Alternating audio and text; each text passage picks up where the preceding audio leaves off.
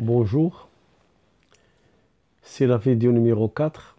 On va parler de l'ordre des quantificateurs dans une proposition qui contient plus de deux quantificateurs.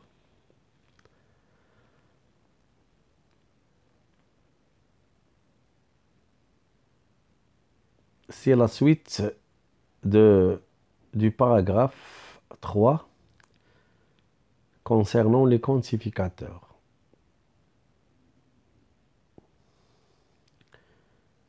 Donc on va donner un exercice. Donc vous allez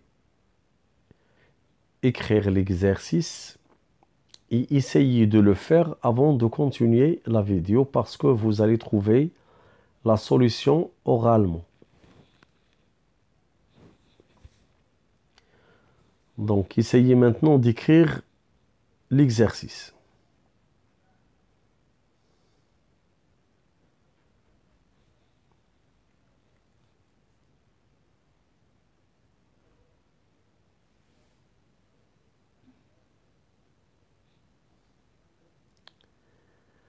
Donc, donnez la valeur de vérité de chacune des propositions suivantes. La première, quel que soit x appartienne à R, quel que soit y appartienne à R, x plus y est égal à 2. Donc la deuxième, on va permuter les quantificateurs et on va conserver l'expression qu'il est xy. Donc, quel que soit y appartient à R, quel que soit x appartient à R, x plus y égale 2. Donc, troisième proposition, il existe au moins un x appartient à R, quel que soit y appartient à R, y plus x égale y.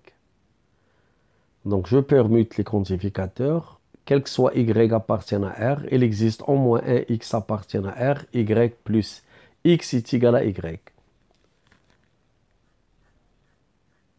La cinquième proposition, donc elle contient deux quantificateurs de nature différente. Quel que soit x appartient à R, il existe au moins un y appartient à R, tel que x plus y égale 0. Je permute les quantificateurs. Il existe au moins y appartient à R, quel que soit, il existe au moins x appartient à R, il existe y appartient à R, tel que x moins y égale à 1. Donc c'est une autre proposition. Alors je permute les quantificateurs.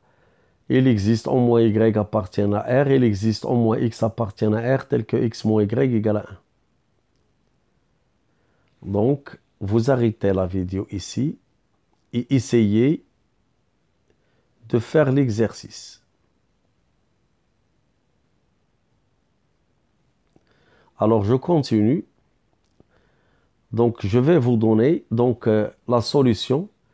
Donc la première proposition, elle est fausse parce que quel que soit x, quel que soit y, x plus y, il est variable. Mais l'autre membre 2, il est constante. Donc une constante ne peut pas être égale à une variable. Donc la première proposition est fausse. La deuxième, c'est la même chose. Elle est fausse. La troisième, elle est vraie. On peut prendre il existe x égale 0. Quel que soit y appartient à R, y plus 0 est égal à y. C'est vrai. La quatrième, quel que soit y appartient à R, il existe x appartient à R, tel que y plus x est égal à y. Donc pour chaque y, il existe x égale 0. Y plus 0 égale à y. Donc la quatrième, elle est vraie. On va voir maintenant la proposition numéro 5. Quel que soit x appartient à R, il existe y appartient à R, tel que x plus y égale 0. Donc, quel que soit x appartient à R, on peut prendre y égale moins x. Et on a x plus y est égal à x moins x est égal à 0. Donc, c'est une proposition vraie. La sixième proposition, y il est fixé, x variable. Donc, on ne peut pas avoir un membre qui est x plus y qui est variable égale 0 qui est constante. Donc, la sixième proposition, elle est fausse.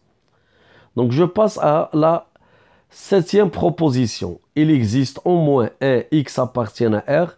il existe au moins un y appartient à R, tel que x moins y égale 0. C'est une proposition qui est vraie. On peut prendre x égale à 2 et y est égal à 1. Et on a 2 moins 1 égale à 1. Donc c'est une proposition qui est vraie. Donc la dernière aussi, c'est la même chose. Je peux prendre y égale à 1 et x égale à 2 et la proposition, elle est vraie. Donc la remarque qu'il faut faire, dans une proposition, quand on change l'ordre des quantificateurs, de même nature, la valeur de vérité de la proposition ne change pas. Et quand on change l'ordre des quantificateurs de nature différente, la valeur de vérité de cette proposition peut changer. C'est-à-dire, il peut changer ou bien ne pas changer. Et ceci, on peut le trouver dans la solution que je vous ai donnée maintenant dans notre exercice. Donc, la vidéo est terminée. Alors, vous l'arrêtez ici et vous recopiez votre cours soigneusement et essayez de le comprendre comme il faut. Alors, merci de votre attention et à la prochaine vidéo. Merci.